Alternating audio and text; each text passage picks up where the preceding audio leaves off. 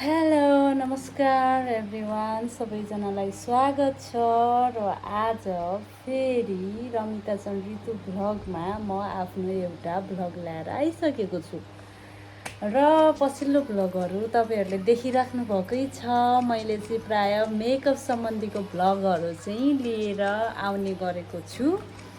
साथसाथै यताउता घुमेको भ्लग त छँदै नै छ।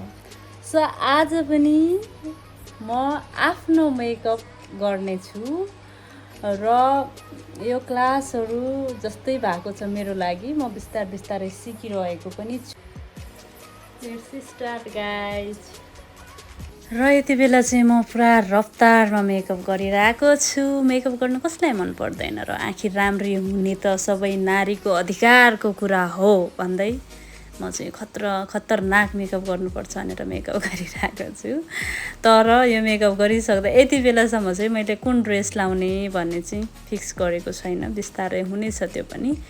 म फेरि मेकअप गर्न एकदम धेरै मन पराउँछु, किनभने मलाई थाहा छ श्रृङ्गार भनेकै हामी जस्तो नराम्री मेकअप गरेपछि राम्री देखिने नारीहरूको लागि बनाएको जस्तो लाग्छ मलाई चाहिँ।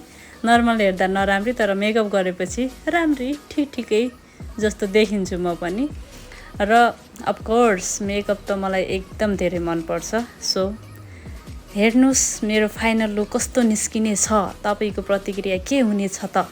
अब जनता जान्न पनि चाहन्छन् र देख्न पनि चाहन्छन् भनेर सोचिरहेको छु म चाहिँ।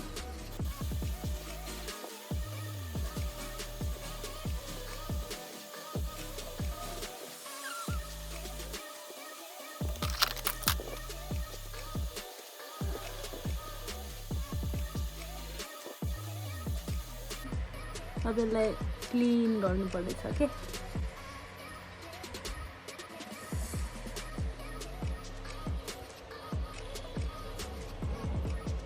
र यति बेला चाहिँ म आई मेकअप गरिरहेको छु। सबभन्दा बेस्ट एन्ड फेभरेट मेकअप भनेकै मेरो आई मेकअप हो, किनकि मलाई मेरो आँखा एकदमै धेरै मनपर्छ। अब दुनियाँले हेर्ने आँखा फरक भए पनि मेरो आँखा चाहिँ मलाई निकै सुन्दर लाग्छ। सो म चाहिँ आई मेकअप गरिरहेको छु, त्यसपछि चाहिँ बाँकी मेकअपहरू गर्ने नै छु। र फाइनल लुक्स अफकोर्स तपाईँहरूले देख्न नै हुनेछ।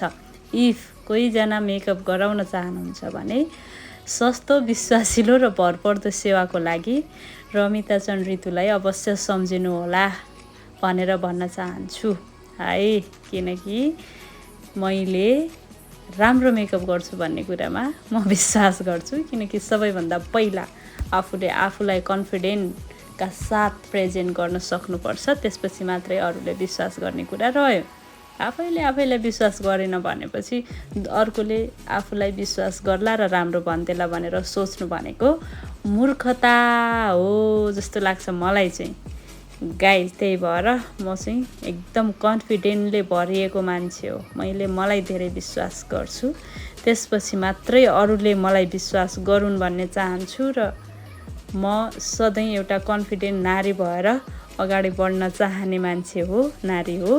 त्यसैले यो मेकअपले मलाई अझ थप कन्फिडेन्स दिन्छ भन्ने कुरामा पनि म विश्वास गर्छु है। त्यसैले तपाईँहरू पनि राम्री देखिन चाहनुहुन्छ, कन्फिडेन्ट देखिन चाहनुहुन्छ, ब्युटिफुल लेडी देखिन चाहनुहुन्छ भने मेकअप गर्नुहोस्, आजैदेखि स्टार्ट गर्नुहोस्। अफकोर्स राम्रै देखिनुहुनेछ। This is my final look.